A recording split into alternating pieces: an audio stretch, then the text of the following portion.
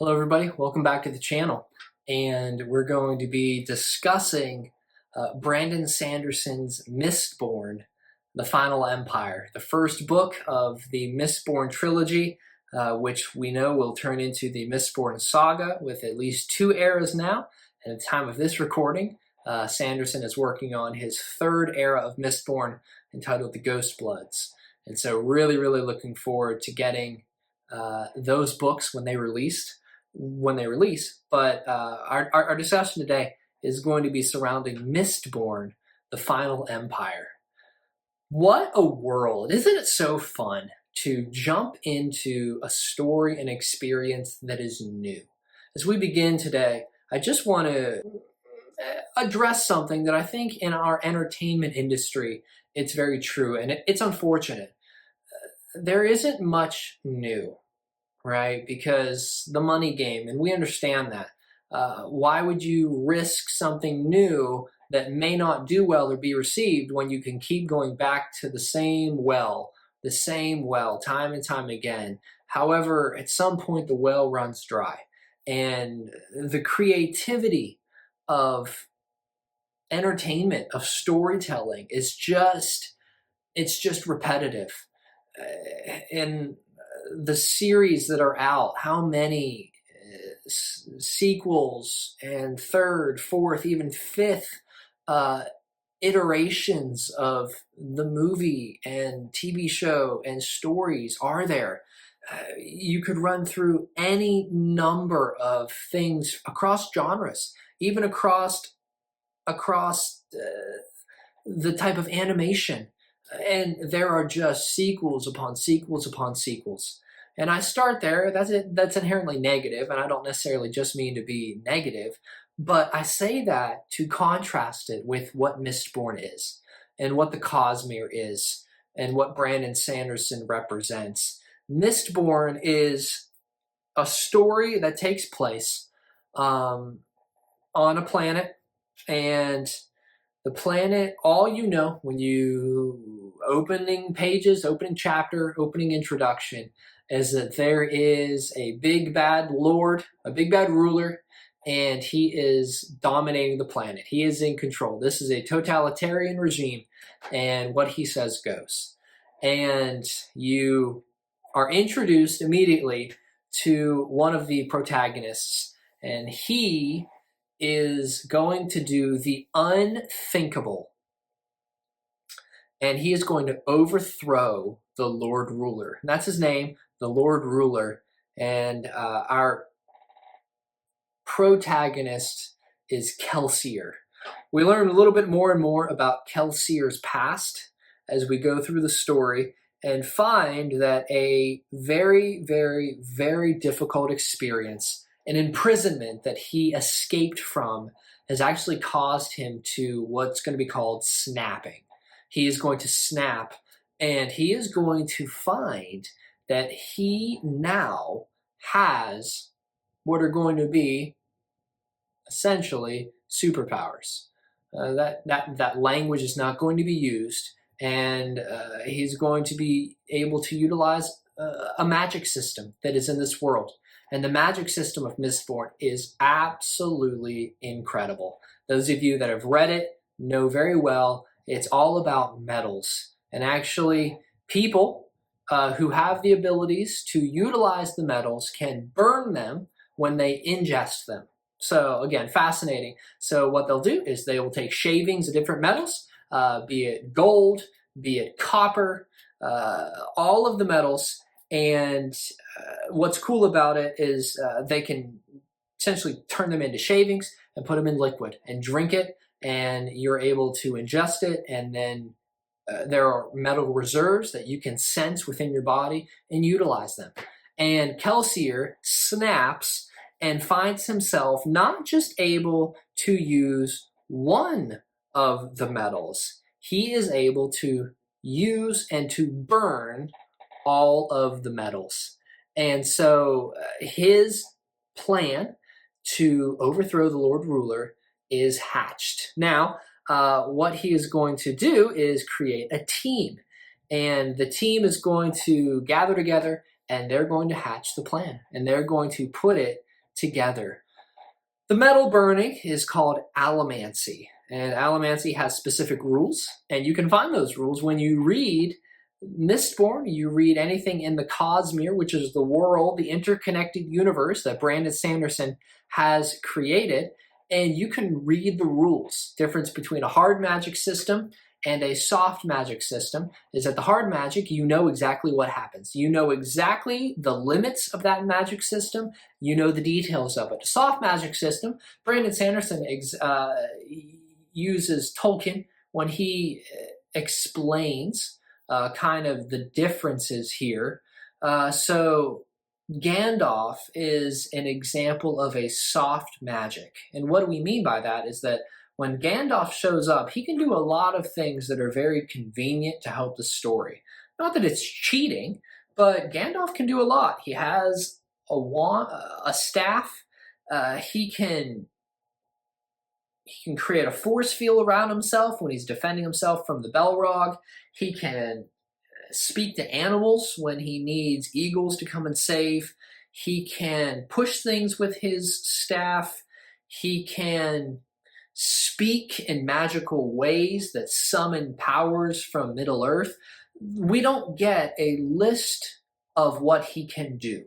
He can do a lot of things, but we don't know the extent of it. That's a soft magic system. That is not so with allomancy. Allomancy, it is very much a hard metal. From steel, iron, tin, pewter, bronze, copper, zinc, brass, and onto even more metals that you'll find developing throughout the story. Each of them has an ability, and each of the members of the team of Kelsier are going to be brought in because they can use those metals for different reasons. But that may be the setting and his intention. However, the story is going to really begin with the main character of Mistborn, which is a young girl named Vin. And I say young girl in the sense that she is a young adult. And Vin is in a really, really rough spot when we meet her. She is essentially enslaved to a group of people who, because of something and indebtedness that her brother brought her into, she has to pay off his debt. And essentially, this is where Kelsier will find Vin. And unbeknownst to her, she is also has allomantic powers. What she doesn't know is that this world even exists. She's been able to survive by using what she initially calls her luck. And she knows in some sense her luck runs out and she can no longer make people do what she wants. That is all she understands, and that's all that she knows. Kelsier saves her. Kelsier is made aware of who she is, and he goes and saves her and begins to train her. And so you have the master apprentice. You have this dynamic begin. Through the course of it, again, the purpose here is not to tell all of the details. It's really just to review. Again, I encourage you, check out Mistborn. Please, please, please read the first book in the series because it is absolutely incredible. They're essentially what Brandon Sanderson is going to call a fantasy heist. They're going to overthrow the Lord Ruler, and they're going to break into his castle, and they're going to, what Kelsier is pursuing is what he believes is the 11th metal. There are 10 known metals, but rumor has it that there is an 11th metal that he believes he is going to use to overthrow the Lord Ruler. And so through the course of the plan, the abilities that are there, the abilities that Vin is learning about herself, they begin to work out the plan. She's going to meet people. She is going to be used and stretched and put into situations. Part of the world that they find themselves in, Scadrial is the name of the planet. The Ska are the normal people. They are the blue-collar workers that are oppressed by the ruling class. and the houses that represent the ruling class, there's political drama, and they are vying for more and more power. They're trying to get more and more into the good graces of the Lord Ruler. And so Kelsier absolutely hates the ruling class. He hates the houses, the house lords, their family members, and that becomes really, really awkward when in one of these parties that Vin is sent into, under a guise, under a pseudonym, she meets the son, the heir of one of the most powerful houses. House Venture is the name of the house, and she unknowingly meets and develops a crush on the heir apparent of House Venture. His name is Elend, and Kelsier is not pleased. But as their relationship develops, Kelsier sort of realizes, okay, this may be a means to an end. Things are going to come to a head towards the end of the book. And again, I just will stop there with my play-by-play analysis. What does Mistborn have that other fantasy series do not? Well, again, the hard metal system, the hard magic system, metals of allomancy are just, it's just so new. It's so unique. And for the fantasy reader out there who really wants to jump into a world and the world to make sense, having those rules that you know, it really helps to orient you. And so that is just something that sets the Cosmere apart. When you dive into these worlds and the various stories and books and series in the Cosmere, it's so cool as well because this is an interconnected universe. What's cool is that different planets are at different stages of development. And Scadrial, Mistborn, it's sort of taking place in a world that's about to enter the industrial age. So lots of horses, lots of buggies. However, you are just on the cusp of the factory system, of electricity, of really that type of technology. You think of that area, the Industrial Revolution, it's about to commence. Something else that adds depth to this world is that Sanderson doesn't give you a lot of background. You're really dropped right into the midst of it, and you have to learn with Vin that there's a bigger world out there than just surviving on the streets, which is what she's had to do. And the world that they live in, there is mist that comes out at night, and there's a lot of lore about the mist. Some people think that it is a good thing. Some people are afraid of it. Most are terrified of the mists. However, Kelsier is not. And he walks right out into it at night, not afraid of any of the stories that have been told, that you'll die if you go out into the mist. So that's one aspect of nature that's interesting. Another is that the sky is covered by falling ash. Falling ash. And in the very, very important cities, they're able to have ska work and to clear up the ash. And that's a full-time job for hundreds and hundreds and hundreds of ska workers.